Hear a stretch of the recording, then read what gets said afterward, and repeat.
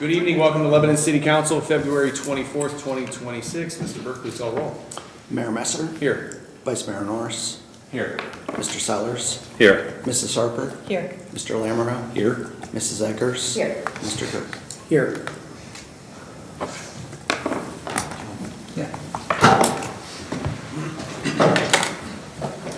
Bow your heads with me, please. Father in heaven, I just thank you for this day. Thanks for an opportunity to serve our community.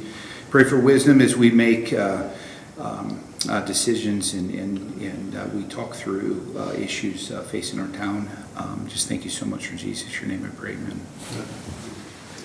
I pledge allegiance to the flag of the United States of America and to the republic for which it stands, one nation, under God, indivisible, with liberty and justice for all. Looking at council work session minutes on January 6th, 2026. Do I have a motion to adopt? So moved. Second. Any comments? Please call roll. Mr. Cope. Yes. Mrs. Eggers. Yes. Mrs. Harper. Yes. Vice Mayor Norris. Yes. Mr. Sellers. Yes. Mayor Messer. Yes. Mr. Lamoureux. Abstain. We'll see our January 21 minutes at another meeting. Looking at consideration of council meeting minutes, January 27th, 2026. Do I have a motion to adopt? So moved. Second. Any comments? Please call roll. Mr. Cope. Yes. Mrs. Eggers. Yes. Mrs. Harper. Yes. Vice Mayor Norris. Yes. Mr. Sellers. Yes. Mayor Messer. Yes. Mr. Lamoureux. Yes. And then council meeting minutes, February 10th, 2026. Do I have a motion to adopt? So moved. Second. Any comments? Please call roll. Mr. Cope. Yes. Mrs. Eggers. Yes. Mrs. Harper. Yes. Vice Mayor Norris. Yes. Mr. Sellers. Yes. Mayor Messer. Yes. Mr. Lamoureux. Yes. Previous business, ordinance number 2026-001. Ordinance 2026-011, amending chapters of the codified ordinances and the official zoning code as recommended by Planning Commission. This ordinance approves the amendments to the subdivision regulations and miscellaneous zoning code text amendments that was a subject of the public hearing at the last meeting. Motion to adopt? So moved. Second. Any comments? I do have a question. So there were a couple things that I think were a question when it was being discussed last week, or week before last, sorry. Trailers was one, there was something else, can't remember, that was in question. I just wondered where those landed ultimately. So as of right now, the trailer language is still in there. That was the one item that I do recall. So if council would like that removed or discuss further, we certainly could, but it is in there as of now. That if they're allowed or not allowed. That they are permitted with those regulations that Greg covered in the public hearing. Okay. When we discussed it, the one issue was, with trying to manage that as far as enforcement. I think that could be a concern. Yeah, I think there was kind of some discussion on both sides, so we need to get clear direction. Yeah. So my understanding, not to interrupt you, was empty trailers 8 feet and under are okay. Is that, because I driving around in the last week, I've noticed a lot of trailers. Yeah. They're just like, oh, they got a trailer there. So if we could just take a minute to make sure that's. Yeah, I can read the language Yes. As it appears in the text. So what it would permit is an empty trailer that is no longer than 8 feet in bed length and with side panels no greater than 30 inches in height shall be permitted on the front driveways. So that's the language that's in there. Yeah, my concern was code enforcement than having to, is that one empty? It's easier to drive by and say, okay, no trailers at all. And, if we want to, I don't really have skin in the game with this, but, with, having none, it's a pretty easy thing to say, okay, there's none.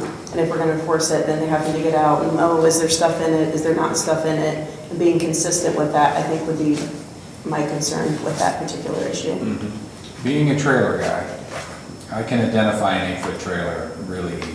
Empty is And empty, most trailers that size don't have sides, most of them, not like people will put some in. You can see a clear shot. I think the full 8-foot trailer with stuff is more of what they're targeting or bigger, and actually the trailer not on the driveway but sitting in the yard. I'm thinking of one I saw today, and I said, that's really unattractive only because it's sitting in their yard, not sitting on the driveway, which would be probably an HOA issue or a code issue for parking stuff in your yard. The 8-foot empty trailer, I don't think it will be that big a deal. What'll be a bigger deal is trying to determine if they've been there 72 hours or not. Because if you're a lawn guy and you've got a little mower and a wheelbarrow in there, where are you gonna put it? It was the planning commission was not for that as well. Was that accurate, or I thought there was? Yeah, we recommended not to have it in there. No Yeah. trailers at all? Yeah. I guess that's my question. Where do we expect these people to park? The second job that I used to be, always had a trailer because I needed it to pull my little zero turn, and where am I supposed to put my trailer? I have no problem with it. You guys know where I live. If I didn't live there, what do I do with my trailer? Yeah. My concern was the same as Mrs. Egger's concern, is like, how are we gonna manage, how is John gonna manage this from a code enforcement perspective? So I think I might be able to at least have a partial answer, because Yeah. we've had this before. I can't remember the name of the street that it was on, that was down Main, and there was somebody living in the trailer, okay? So it wasn't empty, obviously. But they had to have water and electrical lines hooked up to the trailer. That's how we knew somebody was living, you know, that's how we knew it wasn't open.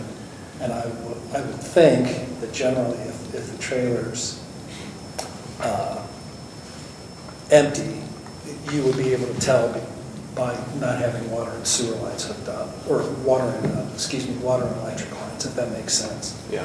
That's sort of how they identify, well, this obviously isn't empty because it's hooked up to a water line or it's hooked up to an electric line. And maybe I'm thinking we were talking about utility trailers. That's what I was thinking. Yeah. Not RV trailers. Recreational vehicles and campers are still prohibited. Okay. Okay. So that would, Anything yeah. over 72 hours, correct. Yeah. Well, could John I think, enlighten yeah. us I think- before we make a I decision? think, there were a couple cases where, staff issued a violation notice based on the current language.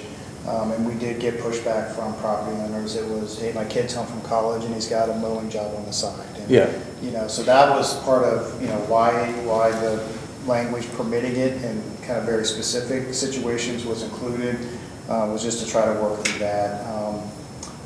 I think generally speaking, I think staff feels like it can be administratively managed, just kind of based on a visual inspection of it. But I do understand the concerns as well, Yeah, so. I'm not gonna get in your way. Staff thinks that they can manage this, and if it is an issue, we can Might come back it be for one of those that we address if it be, I mean, if it's not an issue, Yeah. is it widespread? Oh my gosh, there's rampant trailers running loose, I but mean, this is small potatoes, chickens. yes. Yeah. that's- This is something that we get a lot of complaints from neighbors. I know, I live in an HOA, so it's not really a concern for us, but when people do, sometimes can be hard to see, maybe they're sometimes encroaching on the sidewalk. Obviously, if it's in the sidewalk, that's an issue, but, maybe it's hard to see around. There's just different reasons why, people may not prefer them. Do we get complaints on a regular basis of people calling and saying, hey, this trailer is an issue here in my neighbor's yard or their driveway or anything? So we get complaints if there's, a bunch of stuff piled in it, or if it's parked in the grass. We have gotten complaints on that. I understand. Those would both still be violations under what's currently being proposed. And that's really Yeah. anything, a boat or anything parked in the lawn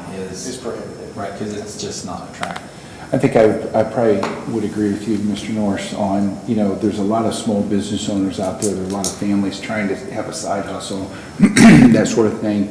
I think, as long as it's not unsightly, as long as it's not full of junk or parked in the yard, I don't really have a problem with it either.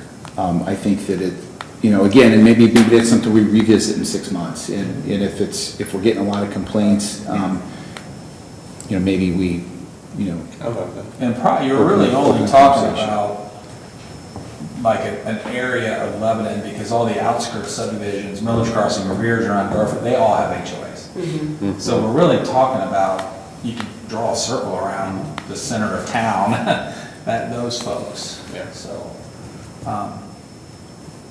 I just know that, you know, the trailer was very important to me, and I wouldn't know what I'd do with it if Yeah. I didn't have it. Sorry for my dumb comment. No, you're good.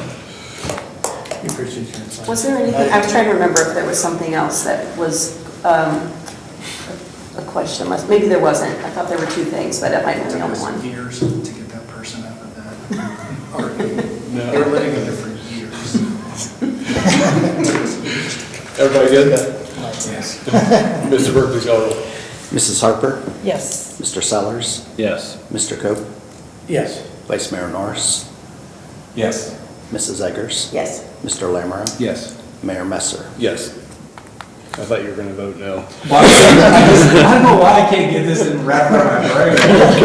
Yeah, I just let you all. No. New business, ordinance number 2026-012. Ordinance 2026-012 authorizing an agreement with Stryker for EMS equipment services and declaring an emergency. This ordinance approves a 4-year agreement with Stryker in the amount of $33,929.85 per year for the servicing and maintenance of equipment utilized by the fire department. A motion to adopt. So moved. Second. Any comments? Please call the roll. Mr. Lamoureux, Yes. Mr. Sellers, Yes. Mayor Messer, Yes. Mrs. Eggers, Yes. Mrs. Harper, Yes. Mr. Cope, Yes. Vice Mayor Norris. Yes. Ordinance number 2026-013. Ordinance 2026-013 approving an agreement with El Dorado Climbing for the manufacture and installation of a climbing boulder play area in Miller Ecological Park and declaring an emergency. This ordinance approves an agreement with El Dorado Climbing in the amount of $140,600 for the manufacture and installation of a climbing boulder play area in Miller Ecological Park. The Miller Park Trust is contributing $50,000 towards the project. Motion to adopt. So moved. Second. Comments? I have one, and I know this is still, the fairground issue is still out there, but we had talked about, one of the plans in the areas was to possibly bring in the climbing wall into that area as well.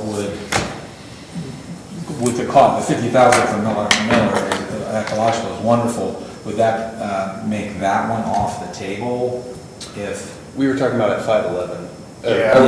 Yeah, somewhere Yeah. in that vicinity. We were looking at kind of that little green space, just at 511, just north of the new vet clinic, but it was just too small. Okay, So I think that's. so we weren't, that wasn't a fairground, It part wasn't of a the splash pad and all that. Correct, it was Okay. not part of that. We were good to put boulders out in the street. Take So another move them lane. around. We slow traffic then. Speed bump. Calming measures. Please call the roll. Mr. Sellers, Abstain. Vice Mayor Norris, Yes. Mr. Cope, Yes. Mayor Messer, Yes. Mrs. Harper, Yes. Mr. Lamoureux, Yes. Mrs. Eggers. Yes. Ordinance number 2026-014. Excuse me, ordinance. False start. Ordinance number 2026-014, it's really not fun getting old. Approving the purchase of a 2027 Terrax electric bucket truck and a digger derrick from the Sourcewell Purchasing Cooperative Program and declaring an emergency. This ordinance approves the purchase of a 2027 Terex electric bucket truck in the amount of $384,000 and a 2027 Terex Commander electric digger derrick in the amount of $454,000 off of the Sourcewell Purchasing Cooperative Program for the replacement of equipment used by the electric department that has reached the end of its useful life. Do I have a motion to adopt? So moved. Second. Any comments? Was this in the budget originally? So, in prior budgets, both vehicle or both equipment purchases have been programmed. Because of lack of availability, we were unable to execute it. So in this year's budget, we had just programmed one for one of these equipment purchases, not knowing if they both would become available this year, but they are. So The next legislative item would be a supplemental appropriation to support the purchase of both. The electric reserve and replace fund does have the cash balance to support both. Please call the roll. Mrs. Eggers, Yes. Mrs. Harper, Yes. Mr. Lamoureux, Yes. Vice Mayor Norris. Yes. Mayor Messer, Yes. Mr. Cope, Yes. Mr. Sellers. Yes. Ordinance number 2026-015. Ordinance number 2026-015, approving a supplemental appropriation in the electric fund in the amount of $440,000 to support electric department vehicle purchases and declaring an emergency. This ordinance approves a supplemental appropriation in the electric fund in the amount of $440,000 to support electric department vehicle purchases that had been included in previous operating budgets but could not be executed due to a lack of equipment availability. Motion to adopt. So moved. Second. Any comments? Please call the roll. Mrs. Harper, Yes. Mr. Sellers, Yes. Mr. Cope, Yes. Vice Mayor Norris. Yes. Mrs. Eggers, Yes. Mr. Lamoureux, Yes. Mayor Messer. Yes. City manager's report. Yeah, thank you, Mayor. The next meeting of City Council will be a work session on Tuesday, March 3rd at 7 p.m. And that's all I have. I'm happy to inform everyone that we do not have an executive session tonight, so you can go home. But first, Mr. Sellers, you got anything for us? Scott, where is the easiest place to access that Fairgrounds Master Plan Open House recording video? So it's on the City of Lebanon's YouTube channel. Okay. That's the event. Yeah, if you go under City of Lebanon, we have a YouTube channel. Is there any way of getting it on our website, front page or something? Yeah, we can make sure there's a link to it. Okay. I wasn't able to attend, but I did watch it, and it was very, For which video? the open house. Oh, okay, thank you. I wasn't able to attend, but I did watch the video, and it's extremely informative. I think it should answer pretty much any of the questions that most of the citizens have. You know, we're not redeveloping the property, and we're not kicking anybody out, and our plans are to save the fairgrounds. So just I highly encourage anybody who's got any questions, just tuning in and watching that. So that's all I got.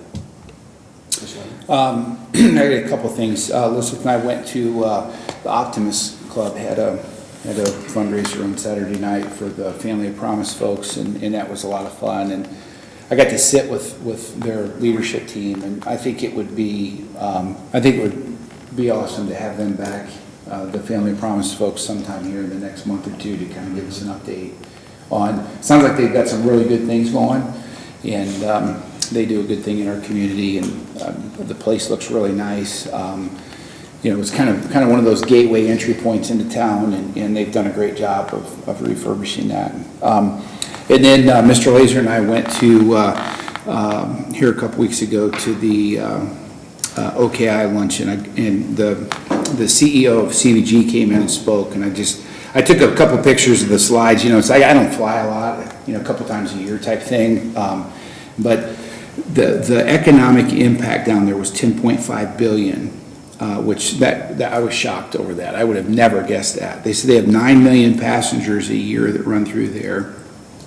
7th largest cargo airport in North America because of DHL and Amazon, and they have 16,000 employees.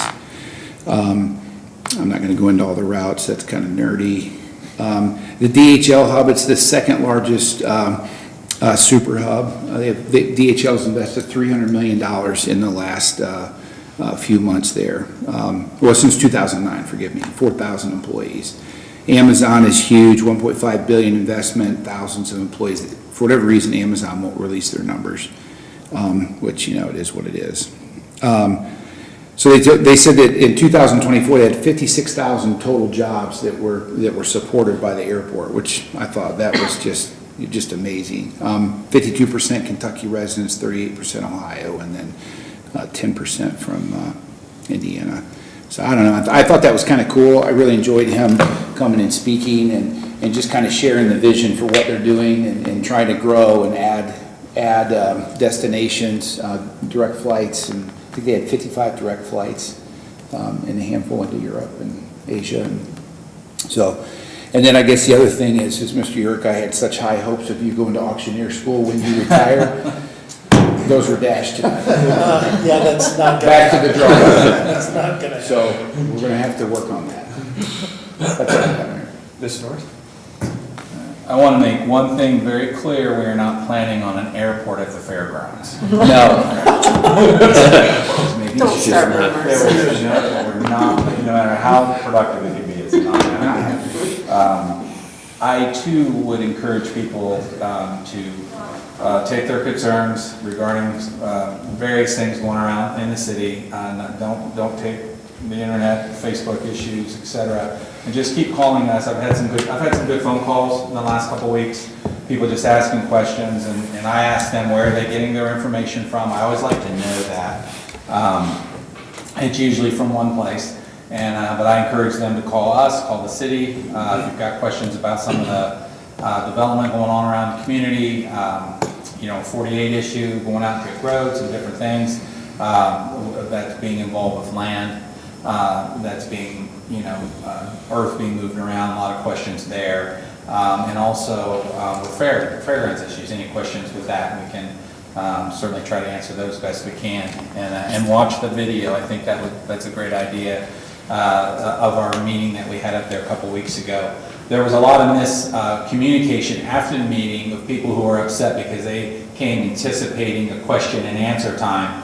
That was never put out. It was going to be a question and answer time. It was a presentation is what, and then there'd be question and answers about the presentation. That was not a time that we were opening it up. That wasn't the purpose of that meeting, and I don't feel it was ever put out there as that. So there were people that were upset that we didn't give them the venue, but that was never intended. That meeting was just a cast a vision meeting. But please watch the YouTube video and pay attention to our notes. All of our meetings are posted. Come, and we encourage that if you like the public input. Thank you. Mr. Bronco, I know the consultant regarding the open house meeting that we had was collecting questions. Is that going to be tallied up and distributed? Yeah, we've got a call scheduled with them, I think on Friday, just to kind of go through all of the notes and all of the feedback that they received. So they've been working on that since the public open house. Gotcha. And we've got a call to kind of check in on that this week with them. Great. And yeah, I would encourage people, I've been corresponding trying to understand what the Ag Society Board, what the issues are in particular, to hopefully try to bring it back and solicit things in writing, what are the concerns rather than social media chatter, which is just so surprising. There's nobody here tonight except Andy, thank you. Other than that, so yeah, it seems to be just the, what was the phrase you used? The heckler veto? Yeah, heckler veto seems to be the thinking that if you complain about it loud enough on social media, you got to be right. And it's just so unfactual, the things that I see. So yeah, open invitation, anyone. Send me an email. We do a pretty good job of responding, I think. I know I do. I try really hard to respond to folks. And I've gotten, other than from a few Ag Board members, 0 emails from the public about this. So if they want facts, I think we are all the ones to be able to provide those facts. Open dialogue. Thank you.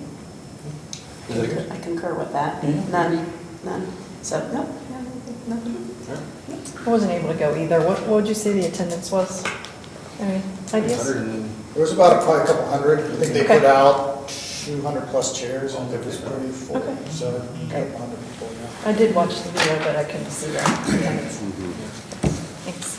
That's all I have. Mayor, can I add one more thing? Yeah, That I absolutely. forgot with OKI, and Brian, you're welcome to correct me on this, but, so Congressman Taylor came in and spoke, and there is a feasibility study that either it's in the House or it's passed to expand 23 from Toledo down to the Ohio River.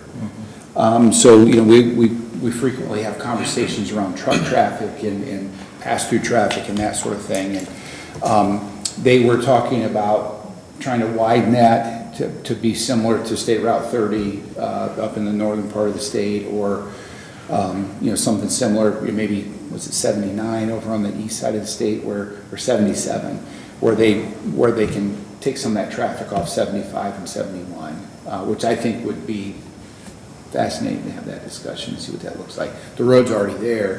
Frequently, you know, or most spots, it's pretty wide already. It wouldn't take a whole lot to expand that. And then they bring it into 270 and go around 270 and then drop down through Chillicothe into the river. So anyway, I thought that was interesting. Who knows, it's government, so that could be something that's on the 2075 plan. But it's just nice to know that they're talking about that. So, sorry. No problem. Thank you very much for joining us. Can I get a motion to adjourn? So, second. Please call the roll.